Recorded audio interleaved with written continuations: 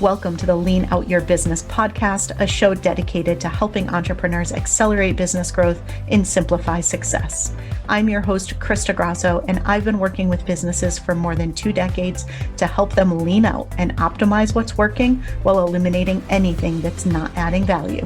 So if you are ready to get more time back in your day, more profit in your business, and to do business differently, growing and scaling on your terms, let's dive into today's episode.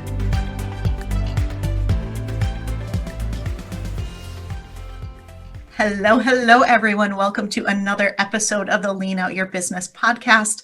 Today, I am so excited to be sharing Viola Welang with you because we have a shared love for strategic planning, and we are going to dive into all things strategic planning today. Viola is so excited that you're here. I'm going to tell everyone a little about you, and then I'd love to have you tell us a little about your journey. Awesome. So Viola is a small business strategist, and she has a passion for helping her clients run and grow successful businesses without the stress, which is what we all want.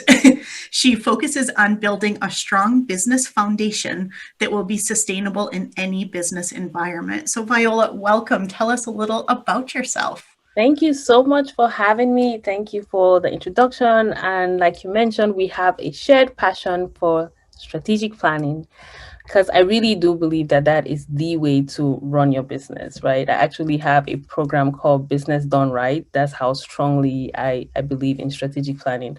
But a little bit about myself. I'm a small business consultant, emphasis on small business, and strategist. I have a background in accounting and I have an MBA. And I basically use my educational and professional background to start a small business consulting company after working with small businesses for such a while.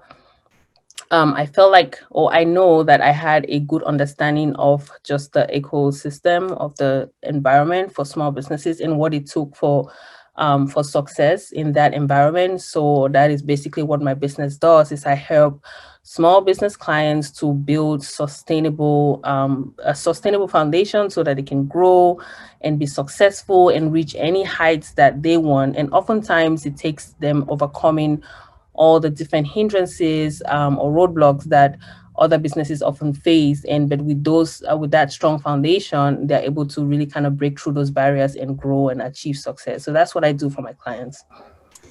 I love it. I absolutely love it. And it's critical, right? Because we all want sustainable businesses. We all need a solid foundation to build off of. So why don't we start there? Let's dive in. So what do you think are those really foundational components that businesses need to succeed? Right.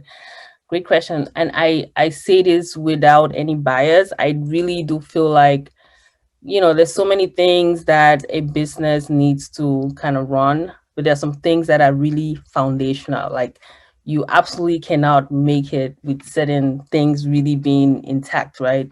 And I say this out of experience from working, with businesses and really understanding why, some were making it and some were not. And I'll give you my 3 keys. The first one is really financial stability. And when I say financial stability, I'm not talking about having money in the bank. I'm talking about having a good financial accounting system where you can rely on the data. You can use it to assess how you're doing. You can use it to determine your price structure. You can use it to see what what is doing well, but really having a good financial or accounting system in place to be able to kind of use that data and make decisions, right? Informed decisions. That is really the only that's the language that your business communicates with you, is through your numbers. So really having a system that captures everything appropriately in the right category so it can communicate to you how your business is doing. The second thing is having the right processes and systems in place. And this is also very foundational, because that's the only way we can grow as businesses. It's like having a process that can kind of automate or just kind of do the same thing over and over with the same quality and the same, so you can produce the same results. And so it's foundational because you can't grow without it. That's the way big companies are able to multiply and have franchises and have, different locations around the world and produce stuff in, big numbers, because they have the processes are the same everywhere, and you just put in the inputs and, produce the same results. And then the last thing is strategic planning. And that's important because it really just provides clarity for the business owner and direction. Oftentimes, especially when we start growing, like when you start your business, sometimes you can contain all the ideas in your head and kind of figure things out but as you start to grow, you really need a plan that factors in basically where you're going, and all your resources, so that you can, kind of have a roadmap that leads you to that destination. So those are the three things that I find that are really foundational to a business success. I could not agree with you anymore. I think they are absolutely critical. And the irony is that I feel like those are the three things that a lot of businesses are weak in when they first start. But even as they're growing, a lot of times people will avoid process and systems because they think it's going to be, confining, and it's actually not. It gives them more freedom and repeatability. And the same with planning. So let's dive into planning, because I had the pleasure of being on your podcast recently. So for all of you listening, make sure that you go check out that episode, which we'll link in the show notes. But we realized that we had a shared love for strategic planning. So I would like to hear more. How do you approach this? How do you help that business owner who maybe hasn't historically done planning to get started with it? Yeah, so usually my first encounter is they're usually at the point where they're just flustered, right? You're growing, you're overwhelmed, you're being pulled from so many different directions. You're maybe having frustrations with your team. You feel like in your mind you know what they need to be doing, but it's not really translating. It's just a mess, right? And you're maybe profitable, but you're just worn out. And you know that that can't be the way forward forever. There has to be a better way. And that's where I'll come in. And the way I approach it, I always start by, before, we go through all the onboarding stuff, but I start by really understanding what the business does. So I have a thorough business model canvas, and we fill it out and really understand all the different components of their business. Um, then that's just part of my intro, and I have it in three phases. So I have my assessment phase, the building phase, and the implementing. So during the assessment, I'm getting to know the business, with the canvas, understanding what their key issues are that they're currently dealing with, whether it's from the customer side, or it is internal, or it's finances. Whatever issues you're going through, I need to know everything. And once I do that, the next thing is doing a thorough environmental scan. And what that means is really understanding your internal environment and your external environment. And by external environment is basically doing a SWOT analysis. So what are your strengths? What are your weaknesses? What are the opportunities in the environment, in the business environment, and what are the threats? And it's important to be able to know that, because during the assessment phase, we're really trying to understand where you as a business are in your market, right? So where are you positioned? And so that when we begin to kind of define your plan, it's really based on your unique blueprint as a business, and not just some generic, strategy, but it's really based off of what your strengths are and what your weakness is, and really keeping all of those things in mind. And it's also based upon what your current issues that you're dealing with. And that's why we take notes on your key issues, because we want to address all these things, right? The goal for this strategic planning is to move forward, but it's to also move forward by kind of overcoming the issues that are holding you back. So that's the assessment phase. And then in the next phase, which is the building, we start the building phase by really getting clarity on what your vision is and your mission. And it's important because, like you all know, you can't go far with your eyes closed, right? Even if you feel like you know where you're going, if you close your eyes and walk towards that direction and you open your eyes, you're going to gear left or right. Like, it's not going to be a straight and narrow. So understanding really where your vision is important to just kind of keep you focused on that big picture, so that everything that we're doing is aligning towards that. Believe it or not, like, not having that front and center can really derail you, because there's so many different priorities once you start your business that are pulling you and pulling on you, and there's a demand on your time coming from, left and right, and some of the things may not necessarily be leading you towards your vision, right? So keeping that front and center is important, so that as we create the plan, everything is aligning towards that direction, and we're getting rid of all the things that we can consider distractions, or things that are taking us away from that. And once we have that clear, so now we understand our assessment phase, so where we are in the market, we understand where we're going, so that's our vision. And now we start to develop our goals. So our goals will be like a long-term plan, or like a long-term objective of where how we want to get to that vision. So it can be something around, operation. Maybe you want to create operational excellence within your company. Maybe it can be financial goals, it can be customer related.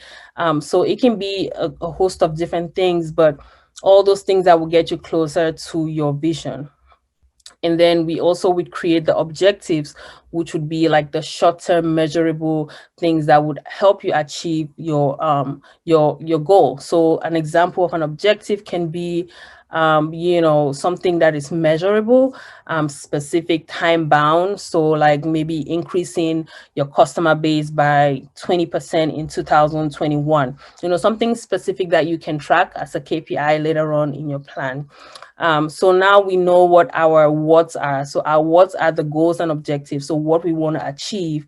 And so then our how would be, how do we achieve these goals and objectives? So our hows will be the strategy. So what are we doing to achieve our goals? And then the tactics would be, what are the specific strategy, like within your strategy, what are the specific components that you're doing to achieve your strategy? So let me give you an example. A strategy can be to increase your social media presence, but then a tactic can be, so strategy is broad, right? A tactic is very specific. It's more like posting every day, 5 times a week or something. Or, what are those specific things that you're doing? So it really breaks down your vision into all these micro components of things that you need to be doing, and so that your whole team is, on track or online, or working on a shared objective, or the shared priority. And so that's like your building phase of your plan. And then the next phase would be the implementation phase. And for the implementation, we're basically saying, okay, what is the action plan? So we first come up with the different KPIs and metrics that we're going to use to measure all these goals and strategies. And then we allocate these different goals and strategies to different people within the organization. Say we have a goal around, improving customer base. So that's going to be more of a sales team priority. So then, the sales manager is kind of in charge of that goal. And maybe within his own team, he can divvy it up and say, okay, these different tactics, I'm going to break it down to or maybe everyone in the team. But just basically taking that macro goal and breaking it down within, each team and team member, and giving responsibility to the team members. It's also helpful to empower your team, so they feel like they're part of, the big picture, right? So they're not just doing things out of isolation. They understand that this is where we're going, and this is the part that they have to play to get you there. And so once you have that really divvied up, and you know what everyone is supposed to be reporting on, that's like the building of your action plan. And basically at the end of, each month, would recommend doing monthly meetings to check up on, just kind of status on where we are on those KPIs and metrics. And it's usually a time to kind of come together, and either within the groups, or depending on how big your team is, and you kind of go through a reporting on where everyone is, and see if you're on track, or if you're lagging behind, or if you're ahead of the curve, and understanding why you're at that position. Sometimes it may, there may be a justification, And sometimes you may have to kind of rework your strategy on how you need to get to where you're trying to go. But basically, that's what that meeting is for. It's a check-in meeting so that you don't just do the plan and abandon it, but you're constantly checking to make sure it's, actually doing what it's supposed to do and making any corrections to the plan to make sure that it actually works. So that's the long and short of the strategic planning process. Brilliant. I absolutely love it. And that's very in alignment with what I do as well. And it just, I mean, it's really, I feel like it's really how you need to run your business when you want to make real business growth. When you get past the spaghetti on the wall stage, you really do need to commit to strategic planning. So let's talk Absolutely. about some of the challenges that businesses make, because, some of the challenges they face, because as we talked about, right, these three things are foundational. A lot of businesses don't have them. But what are some of the other common challenges that you see in small businesses, and how can they overcome them? Hmm. That's a good question. I think the number one thing, the challenge that a lot of business I see have is like there's that weird stage where you're trying to scale, you're trying to grow, you have an idea, you just don't know how to do it. And I feel like that's where all this stuff comes into place, whether it's the processes and or having the plan and the roadmap to get you there. That would be the biggest thing, is just having an issue or having a challenge around scaling your business and not having the right processes to be able to do that. And I find that especially if you are like the business owner, if you're more of the tech person around the business or the operations, just that ability to be able to kind of delegate and let go and say, okay, in order for me to get to point A, I can't do everything by myself. I need a team, so that I can have processes and skill and hand things over to people. But that is tricky. Like some people feel like maybe I do it better. It's just easier if I do it. And it's probably easier if you do it, but the problem is you only have 24 hours in a day. You only probably have like 8 working hours in a day. So you can't grow beyond a certain level if you're trying to do everything. So where you lose a little bit of efficiency in delegating, you gain in being able to scale and have uniformity. And sometimes you'll be surprised that you may not even lose the efficiency, right? You might have someone that actually does it better. And so it's just really getting over that mentality of just wanting to do everything, and or not having the processes to be able to kind of delegate and scale and grow. That to me, I find is a kind of touchy area. Yeah, I agree. I know so many businesses are so reluctant to bring on team members because they either had poor experiences in the past, they aren't good at delegating, so they bring somebody in and then feel like they're paying them, but they still do everything themselves. But Right. it's critical. I loved the point that you made, is that, that's what you really need to scale. Yeah, that's the only way to do it. It's just not possible any other way. So, you touched on something about, maybe they had a bad experience.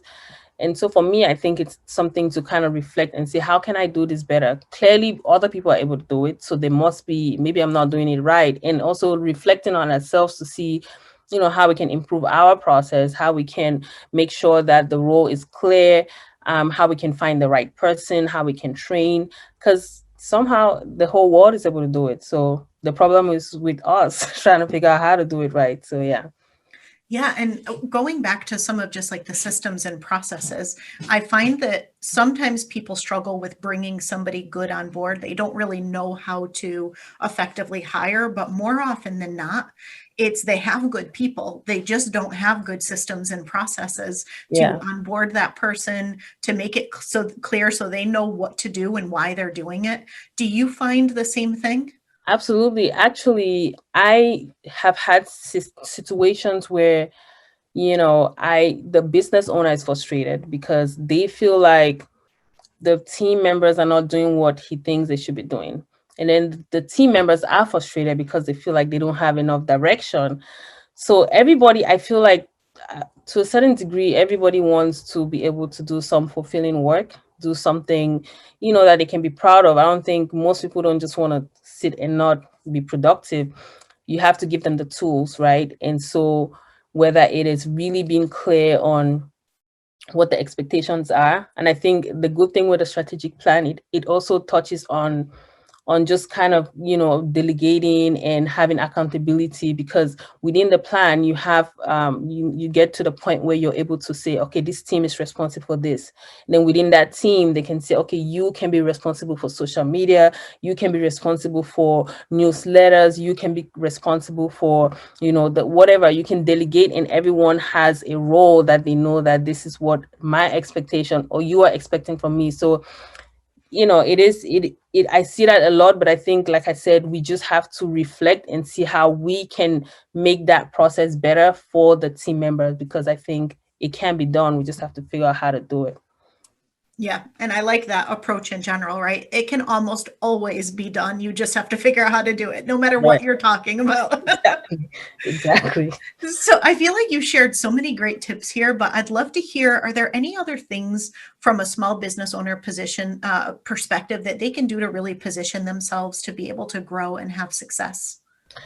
Ooh, okay, and that's a good question. I think that definitely begins with clarity. Um, because you just have to, I shared the analogy about like walking somewhere with your eyes closed, or just going somewhere with no directions, right? You really need clarity to get to align your resources. Like if you don't have clarity, you're really almost, it's such a waste to your company, because you spend your time, your money developing things that could be maybe, like maybe work, maybe not work. That's basically what not having clarity is. It's like developing all these different ideas. But then when you're clear on where you're trying to go, you have a thought out plan as far as what you want to tackle on. So within the realm of strategic planning, it is really just providing that clarity. So you're trying to go to point B, and you assess and analyze your environment and say, you know what, the best cause for me to go to plan B or point B is to do XYZ. So then you're clear on what you're doing in your business for the whole year or the whole 2 years. You're not trying to figure out or dabble into different things. You just like kind of tunnel vision on that plan.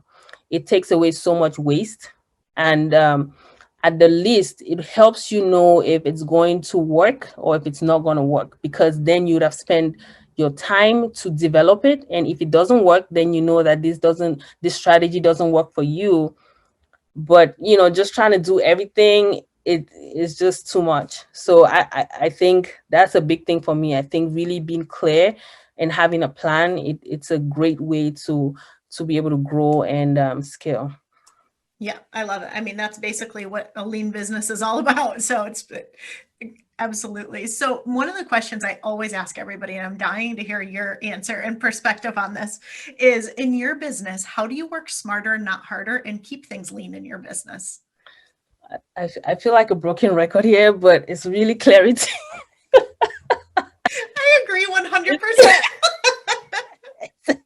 It's clarity. And I mean, I do this planning for myself every year.